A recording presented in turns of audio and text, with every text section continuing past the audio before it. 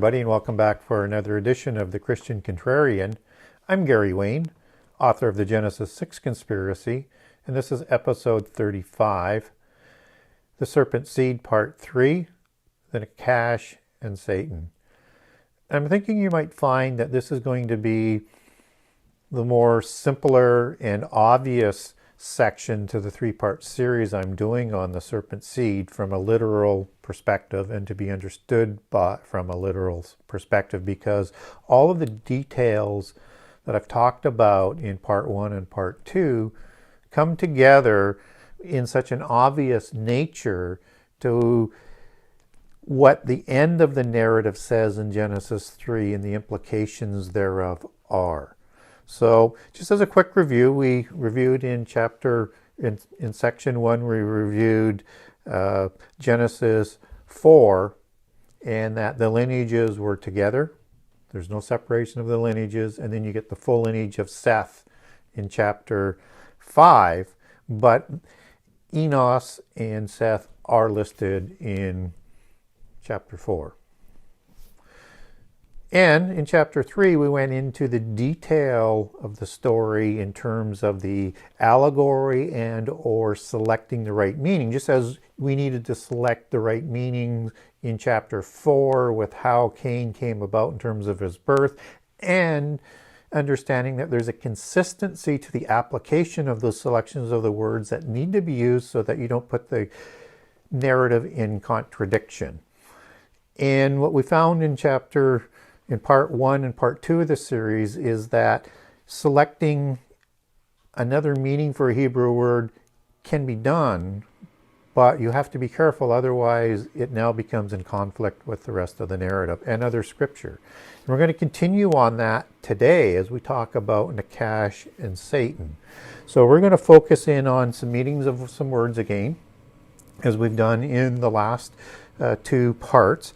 But we're going to be really focusing on sort of the outcome that makes things, I think, crystal clear. And I'm hoping you find it will as well. So let's start with the Nachash. And the Nachash is from the Hebrew word, is the Hebrew word for serpent. And that's 5172. And simply said, in terms of its definition, Nachash means serpent and or snake, just as it's translated in most English translations as serpent. And it is rooted in another word that means to hiss, and meaning enchanter and diviner. And so it's kind of important to understand that this is a physical sort of being, and it's into the mystical arts and is subject to the polytheist religions and the fallen angels as they distributed their religion right from the beginning on the earth to all peoples of the earth. And all of that's going to be very, very important. And the word serpent is used in Genesis 3:1, 3:2, 3:4, 13, and 14. And of course, as we get into the serpent seed in 3:15. So it's important to understand who this player is, and we flesh it out as being a serpent or a snake.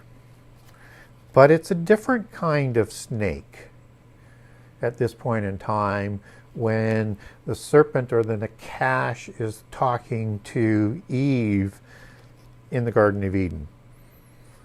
And in Genesis 3:1, we learn that it's a talking serpent. And it's an intelligent serpent. And it's a being. And it's distinct from Satan. And in the meaning, we don't even get Satan being linked to being this specific Satan, this specific being. And so there is no allegory even that we can use in Genesis 3 to overlay Satan as being the Nachash. That now becomes a little bit more obvious as we get into some more of the descriptions of what the Nachash is all about.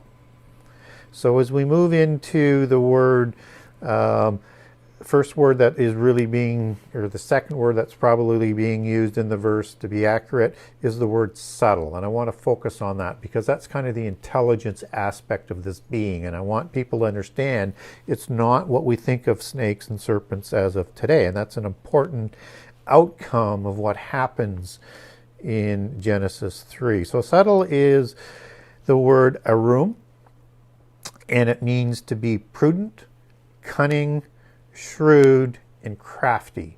So just as in Job 5:12 and 15:5, you're going to find the word crafty, and it's going to go back to arum. And so what we understand is that this being was very intelligent and very cunning or crafty, not necessarily sexy. There's nothing to be said about the Nachash that's going to have anything to do with sex. And that's going to be, again, a common sort of principle that we're going to continue with as we progress in this chapter today. And what we're told in 3:1 is that the Nachash, or the serpent, is a beast, not an angel, although you can make a case that the beast empires or the beast antichrist are associated with angelic beings. I think it's perfectly fine to say that there's an association, just as a Nachash is an enchanter or diviner and is the most subtle of the beasts of the field. I think it was a follower and a co-conspirator with Satan to bring down humankind. And again, we're going to talk a little bit more about that. And so beast comes from a very interesting word that has a few really important meanings to it. So again, we have to ensure we're applying the right application for the narrative so that there isn't any contradictions. So that's the Hebrew word che, or hey, depending on how you want to pronounce that. Hebrew, or technically in how we pronounce a CH in English. And so that is the word life as it's used over 200 times, whether it's life or living or livest, all those different ones. It's probably going to come out to like 350 times just on a quick sort of count on that. But it can also mean beast, as in that animal, physical creature thing. So you've got a few different meanings, and we have to be careful that we're translating properly. So the narrative says the Nachash is a beast of the field. So it's alive, obviously, so you could apply that word to it. But when we dig a little bit deeper, I think they're tied together, but it's more beast and creature that we want to pull out of this thing. Not an angelic being, but a physical animal of the field. And of course, field is a Hebrew word that means of the country, of the flat country, of the ground, of the earth, not of heaven. Okay? So now when we start tying this back in, is that you've got in Genesis 1:20 and 30, you've got a creature of life being created. So when we look at life, that's che, and creature is also che. Or I'm not sorry, no, that's not quite right, but life is che, but it's a creature of life. And in Genesis 1:30, it actually is used as a creature of life. And in 1:30, we also get beast of life. So we got creature of life, beast of life, as it's talked about in Genesis 1:20 and 1:30. So this is an animal that's a living creature, but it's not an angelic creature. It's certainly not Satan in these types of descriptions. And beast is used 76 times, and all for the similar type of application, as in that physical earthly realm creature. And in Genesis 3:1, it's a beast of the field, so a beast of the earth. And this is the same type of beast and application that you're going to get in Genesis 7:14 and 7:21 for the recreation or the replenishing of the earth after the flood, with all these different kinds of animals. So I think when we look at the meanings of the term beast of the field, that is talking about a physical creature that was walking, talking, intelligent, and a role that is not really defined in the Bible as to what position that this creature had. But because it's a serpent kind of being, just as Satan is a serpent as described in Revelation 12, and I'm going to come back to that, I think it's probably a favored being of Satan and the seraphims. And I think that leads to, and maybe favored in terms of in charge of things on the earth.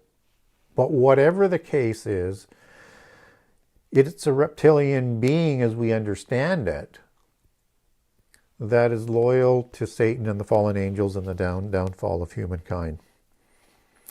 And so in Genesis 3:14, after the deception, after the fall of Eve, we learn that it's going to lose its attributes as a punishment. So it loses its legs, it loses its arms or its wings, it loses its intelligence. It loses its ability to speak, and it's going to be forced to crawl on the ground. So it's the Nachash that all of this happens to, and all of its different various forms all around the earth.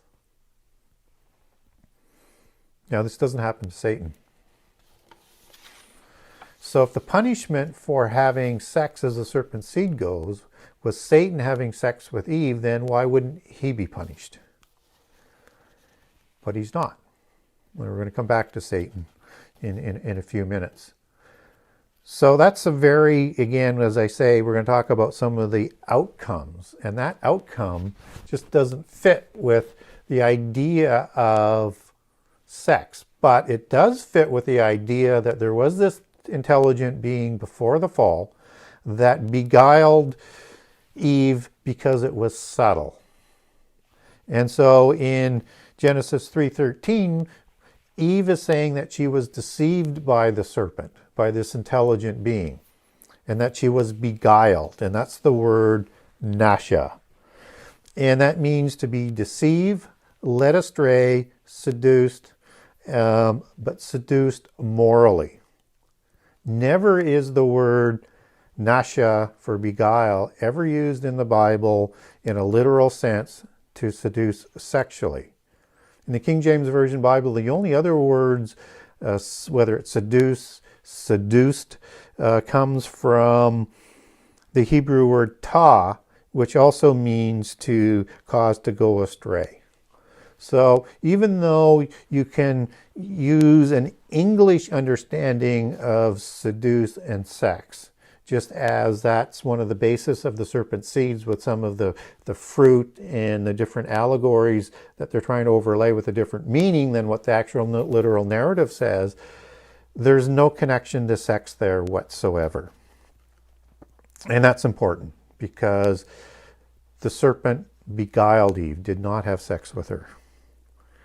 And how did the Nachash beguile or deceive Eve? And he said, well, if you eat from the tree that has the fruit of the knowledge of both good and evil, you will not die, but you'll be like gods.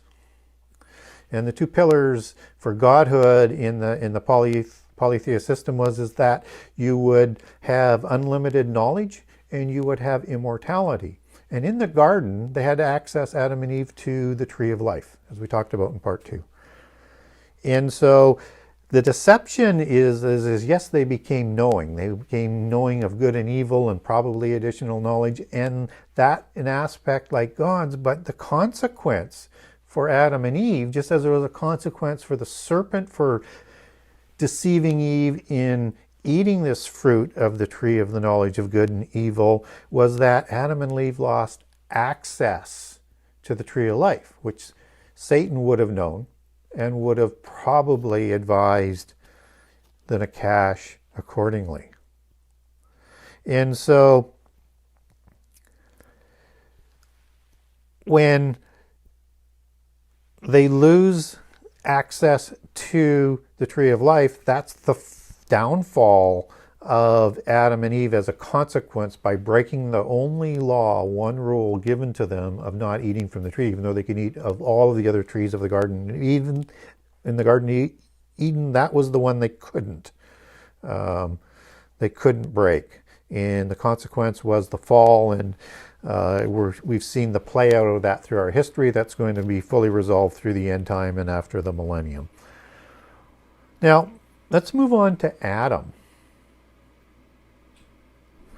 Now that we know that there isn't really any sex going on between Nachash and Eve by the literal narrative and by the meanings of the word applied properly coming out of Hebrew, God goes to Adam and asks, why he's hiding.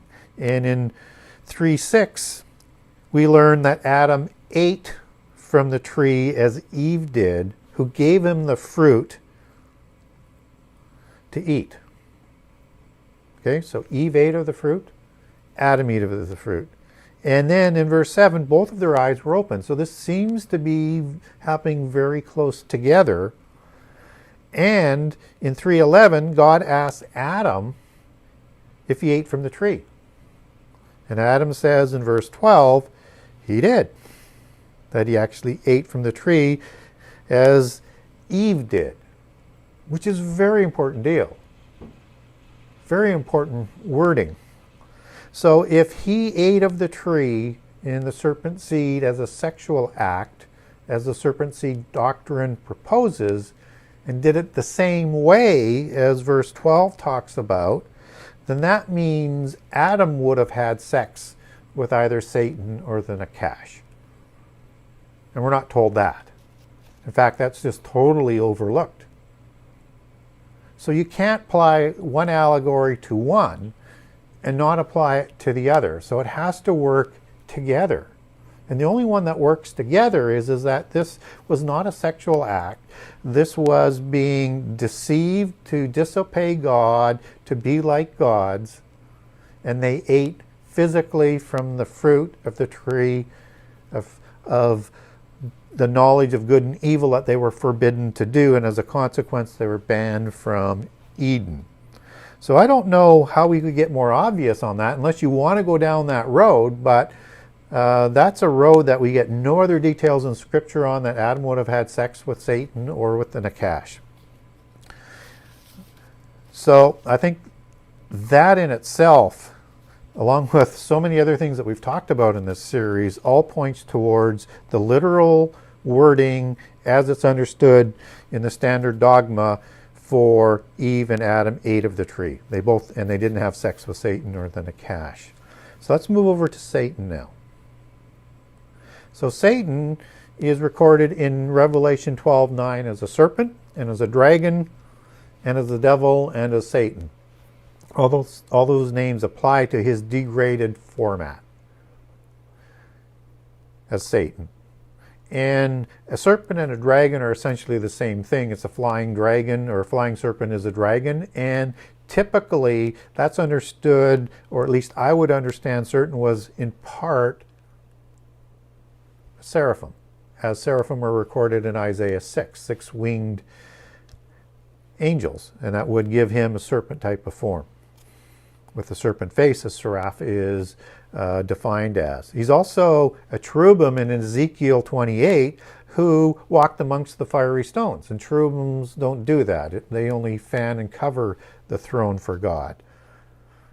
But the seraphim, as described in Isaiah 6, work in those fiery stones in the altar before God in a priest-type capacity. And I think Satan was probably a priest-like character, just as Ezekiel describes his role, and combined with Isaiah 14, we get this description including the jewels that seems to be the number of 9 and less of the Levite tribes, but sort of as a vest that would be worn to prepare to be used as the high priest before God. And that's how far Satan fell, but I'm digressing here. So we're also learning in Ezekiel 28:13 that this anointed cherubim was in Eden. Not necessarily in his seraphic form, but he was in Eden. Maybe he was in his seraphic form. We don't know. But he's both cherubim, high priest, and he's also seraphim, which all makes sense as we look at Isaiah 6. And Satan would have had many titles. It just shows how far he fell. And so we don't get the word seraph showing up at all in the wording in the Garden of Eden. The only time we get seraph showing up other than in Isaiah 6 is in combination with a fiery serpent. So a seraph Nachash, as opposed to just serpent being used alone. And typically that's going to denote a seraphim or a seraphim image, as it's applied in Numbers 21:6, Deuteronomy 8:15, Isaiah 14:29, and 36. So when you see fiery serpent in English, that is seraph Nachash, which is, I think, describing either an image on earth, probably an image on earth of an angelic being. So a physical nature to the serpent that has wings and a serpent face as a god or a watcher or a seraphim angel.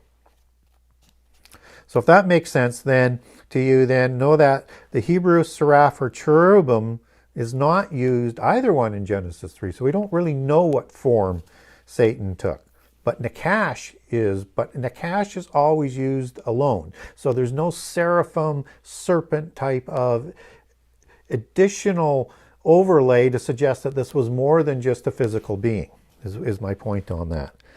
But Satan, who was in Eden, because we know as cherubim he was probably in Eden, he was there probably coaching one of his favored beings, and maybe most favored beings of all of the creations of days through 4 through 6, or as an avatar with the Nachash being his avatara. And we know Satan can do that because he enters Judas in the New Testament to help Judas get over the hump of deceiving and betraying Jesus. So you get a similar sort of understanding that could possibly have happened. But Satan, as I said, did not lose his arms or his intelligence or his legs. So he was not the one that was talking to him, unless he was just helping him or coaching. I'm fine with either. And Satan was not the one who was sent to the abyss, like other angels were, for sexually creating a Nephilim. I mean, he will be in Revelation 20 for 1,000 years before going to the lake of fire, whereas the fallen angels seem to be more in the abyss, who are impassioned and will go to the lake of fire at the end time. Satan is a little bit more delayed, but he's not automatically thrown into the abyss. So one wonders, did he actually have sex with them? Probably not, because seemingly all the angels who had sex with human females and created and destroyed the laws of creation, violated them at least, were put into the abyss. And here's the thing. If the Nephilim in Genesis 6 were giants, and they were, in the Rephaim, however, they show up were giants and would obviously be either survivors from the flood or recreated after the flood, and I think more likely recreated in a second incursion after the flood because they're distinct somehow and not as big and a whole bunch of other things, then that means Cain would have to be a giant as well. But he's not described as that anywhere in the Bible. He is described as the third branch of Adam and Eve, just as we talked about in part 1. So you have branch Cain, branch Abel, which stops there, and branch Seth, which continues to the flood and after, and Cain seemingly stops with the flood. So 3 branches as the offspring of Cain, but nowhere do we see him or his offspring suggested to be giants, although Gnostics will make that case. But we can't find that anywhere scripturally. So those outcomes suggest that Satan did not have sex with Eve. And when we look at the word seed, as in Genesis 3:15, and the wording that's going on in Genesis 3:15, you have the seed of the serpent and Eve, her seed and his seed. They're separate seeds. And that's important to understand, that there's two separate seeds going forward. And now I think because of what I've talked about here, that Genesis 6 with the seraphim watchers fulfills the serpent seed moving forward. But Eve has her own seed, as we've talked about in the generations in Genesis 3 or Genesis 4 and Genesis 5. But what's important here is that word seed is the word zera, which means fruit, plant, child, offspring, and allegorically understood as offspring and child as it's applied. And we see that in Genesis 4:25. The seed of Adam and Eve came together and they had Seth. So Seth is the seed, the offspring. And they're used together. Both Adam and Eve produce and conceive Seth, and Seth is the seed. But in Genesis 3:15, we get her seed and his seed individually. They're not together. So they're describing something different than an act in the Garden of Eden. And if they were together, it would say that, her seed and his seed together. And we know Cain had the spirit of Satan, but not physically, seemingly as an offspring of Satan. Or if we wanted to look at it and say, okay, if Nachash was the one who deceived Eve as a physical being, and this is the serpent seed, we're suggesting then that a serpent being, physical being, had sex with Eve. Again, we don't get any of that afterwards in the Bible to give us any more information, and we're making a bit of a leap to make that case. So when we look at the Nachash having sex, that just doesn't fit with the narrative or the rest of Scripture again. And as we look at how this fits in terms with some of the New Testament versions, it sort of breaks down in two different sort of cases. One would be sort of the lineage. And in Jude 1:14, proponents of the serpent seed will say,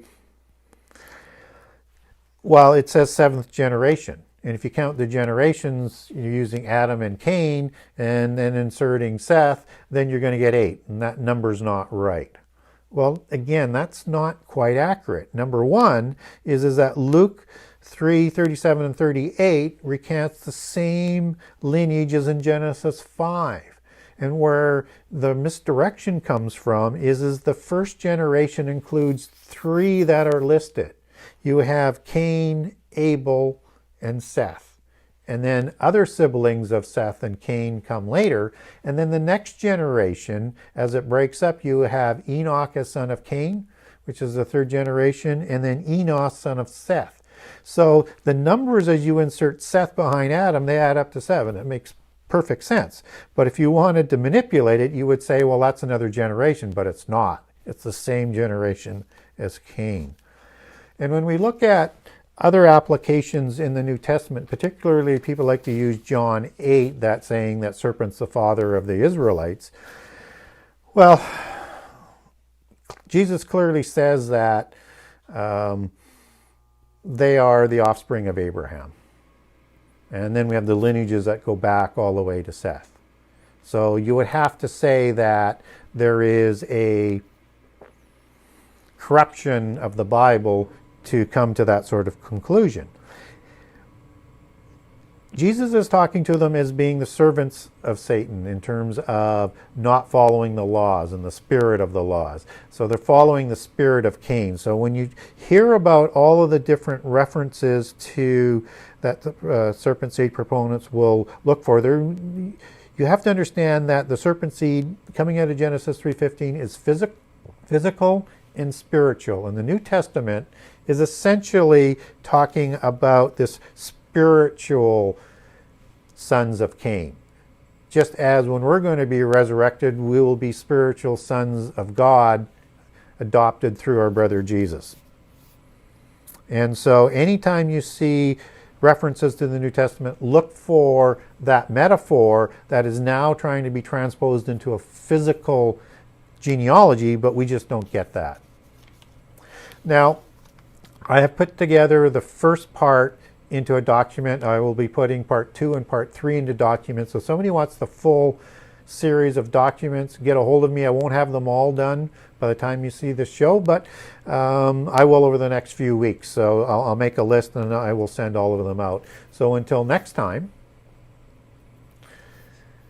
everybody, please stay healthy, please stay safe, and we'll see you in a couple of weeks.